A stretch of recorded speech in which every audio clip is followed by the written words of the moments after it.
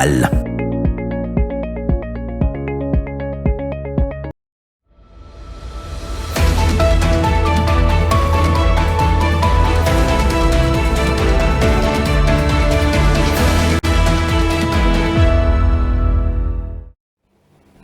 Bonsoir à toutes et à tous, bienvenue dans cette grande édition du journal sur Congo 26 Télévision. À la une de l'actualité, tension politique à Kinshasa. Le sit-in de l'opposition contraint d'être délocalisé a fini par basculer dans des accrochages entre manifestants et forces de l'ordre. Feu vert au Palais du Peuple, le Sénat a autorisé le ministre des Finances à lancer des travaux de création d'une bourse de valeur en République démocratique du Congo, un levier stratégique pour l'économie nationale. Et puis, changement à la tête des fonds miniers pour les générations futures FOMIN. L'heure est à la passation de pouvoir. Godard Motemona prend officiellement les commandes de cet établissement public. Voilà tout pour les sommaires. À présent, place au développement. D'abord, cette information qui fait l'actualité à Kinshasa. Le sit-in de la coalition 64 a été délocalisé au terrain Asosa de la municipalité Kasavubu, mais cette décision de l'hôtel de ville n'a pas malheureusement plu aux organisateurs et à leurs sympathisants qui tenaient à se rendre au siège du Parlement. Regardez. Initialement prévu devant le Palais du Peuple, le sit-in organisé par la coalition 64 a été contraint à la délocalisation par les autorités urbaines, déclenchant des échauffourées entre manifestants et forces de l'ordre. Alors que la coalition 64 avait ciblé le siège du Parlement pour faire entendre sa voix, l'hôtel de ville a pris la décision de délocaliser la manifestation vers le terrain Asosa, situé dans la commune de Kasavubu.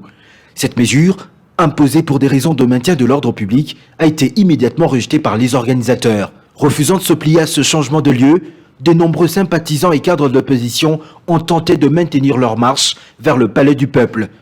Ce bras de fer avec les autorités a rapidement dégénéré en accrochage avec les différents éléments de la police nationale congolaise déployés en nombre pour verrouiller les accès aux sites parlementaires.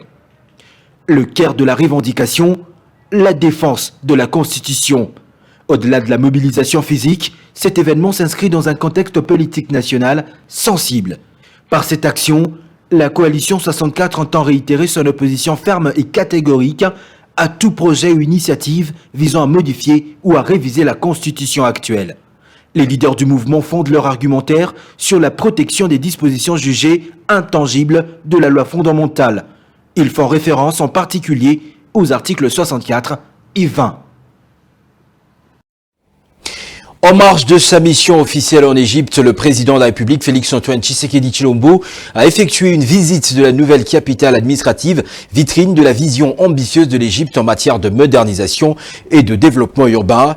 Guidée par le responsable du projet, la délégation congolaise a parcouru plusieurs infrastructures stratégiques, notamment les quartiers administratifs, les espaces culturels, ainsi que les centres d'affaires déjà opérationnels. Cette visite est intervenue au lendemain de la signature d'un accord de coopération entre la République démocratique du Congo et la République arabe d'Égypte dans le domaine du développement urbain.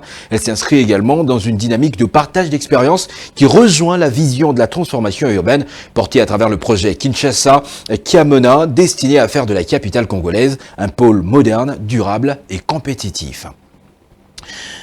Au Sénat, cette fois-ci, le Sénat a autorisé deux réformes économiques majeures, notamment la création de la bourse après 55 ans d'attente et la modernisation du secteur de la pêche. C'était le jeudi 11 juin 2026 au cours de la plénière présidée par son président, Jean-Michel Samalukonde Kyenge. Le ministre des Finances, Doudou Fwamba, a défendu en recevabilité le premier projet de loi sur les marchés boursiers, une première depuis 55 ans, en République démocratique du Congo. Initié par le président de la République, Félix Tshisekedi, le texte de 8 titres vise à doter la RDC d'une bourse des valeurs mobilières et une bourse de marchandises efficace et transparente. Objectif, mobiliser l'épargne nationale, financer les investissements privés et accélérer la croissance. Le Sénat a en outre validé la création d'une autorité des régulations des marchés financiers indépendante des banques, des règlements et d'un dépositaire central. Face aux inquiétudes de 6 sénateurs sur la cybersécurité, le blanchiment, la fraude et la digitalisation, le ministre Fwamba a tranché pas des bourses sans digitalisation en République démocratique du Congo. Avec feuille de route et appui d'experts internationaux, la Banque centrale du Congo jouera un rôle clé. Le texte est envoyé à la commission Ecofin et Bonne Gouvernance pour toilettage dans 72 heures. Sur un autre chapitre, la plénière a adopté le rapport de la commission EDDRNT sur la proposition de loi portant principes fondamentaux de la pêche et de l'aquaculture. Présenté par Nguindu Bidoya Cédric et Mouya Moboyaï, le rapport enterre un décret du 27 avril 1937 devenu obsolète. L'aquaculture jamais légiférée entre enfin dans le droit congolais. Constituée de 100 articles en 10 titres, cette nouvelle loi veut adapter le secteur aux enjeux technologiques, environnementaux et alimentaires. La commission a 48 heures pour intégrer les dernières recommandations des sénateurs. Contexte actuel en RDC, le réseau des femmes médiatrices congolaises et les structures de paix s'expriment sur le contexte actuel en République démocratique du Congo à travers un débat constructif basé sur un message de mobilisation sur le rôle de la femme qui sera livré par Elodie Tamunzinda qui a fait cette annonce aujourd'hui vendredi 12 juin 2026. Suivez-la.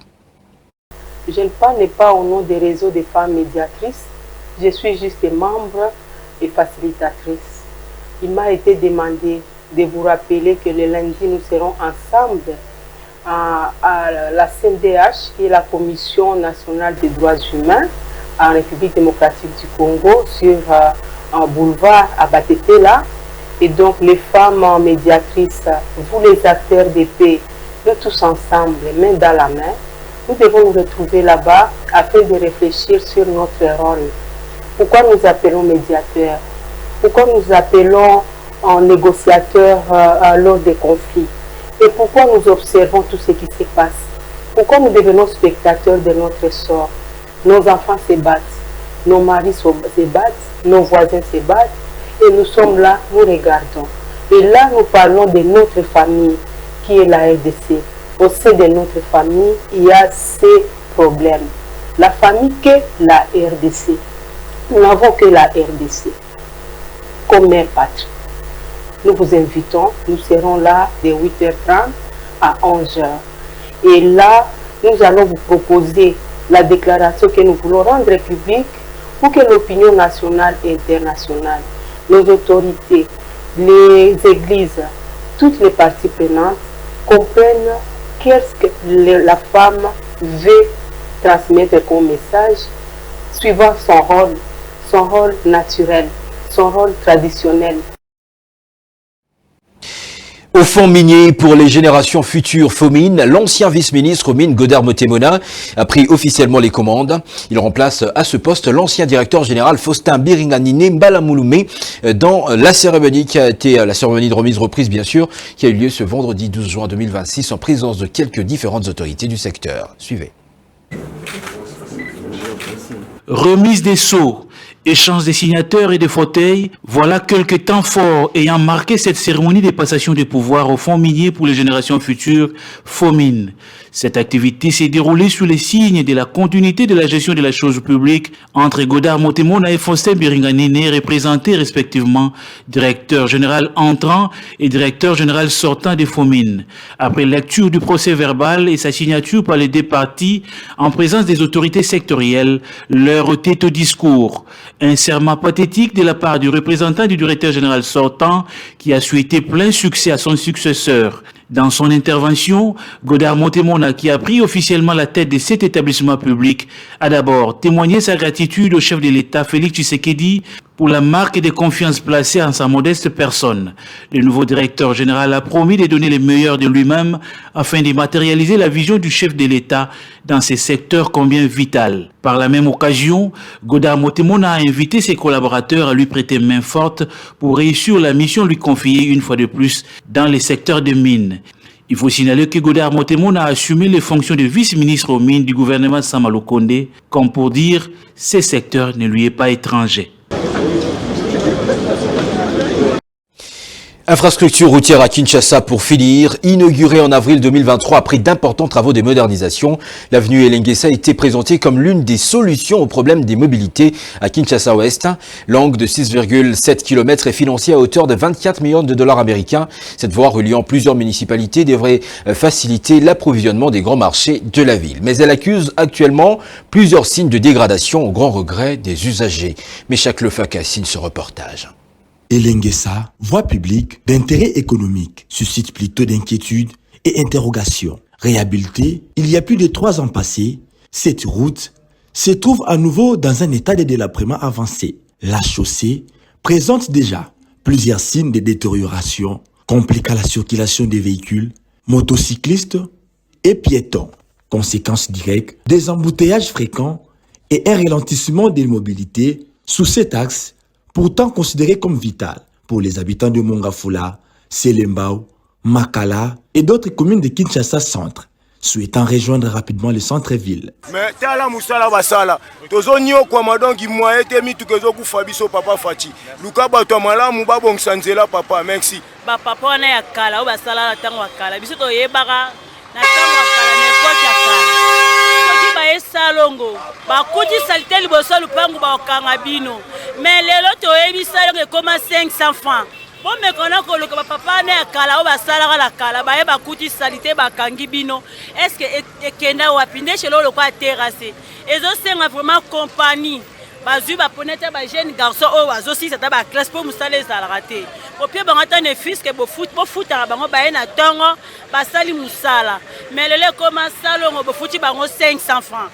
Est-ce que tu as raisonné pour compagnie à la raté, mais terrasse et à l'oroi, il faut besoin compagnie. L'une des principales voies de Kinshasa, Elengesa, relie bypass à Mongafula et le boulevard du 30 juin via l'avenue Kassavubu. Sa dégradation progressive relance ainsi les débats sur la qualité et surtout l'entretien des infrastructures publiques à Kinshasa. Fin de cette édition du journal, je vous rappelle ses principales articulations. Tension politique à Kinshasa, le sit-in de l'opposition contraint d'être délocalisé a fini par basculer plutôt dans des accrochages entre manifestants et forces de l'ordre. Feu vert au Palais du Peuple, le Sénat a autorisé le ministre des Finances à lancer des travaux de création d'une bourse de valeur en République démocratique du Congo, un levier stratégique pour l'économie nationale. Et puis, changement à la tête des fonds miniers pour les générations futures FOMIN. L'heure est à la passation de pouvoir. Godard Motemona prend officiellement les commandes de cet établissement public. Merci d'avoir suivi cette grande édition du journal. Excellent week-end chez vous en compagnie de Congo Assist Télévision, vous le savez, la chaîne de l'unité nationale.